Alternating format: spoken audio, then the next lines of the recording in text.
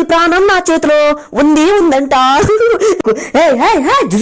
Uncle uncle నా జాతకం చెప్పండి, అప్పుడు నీ చిలక బతుకుతుంది. నా జాతకం చెప్పా.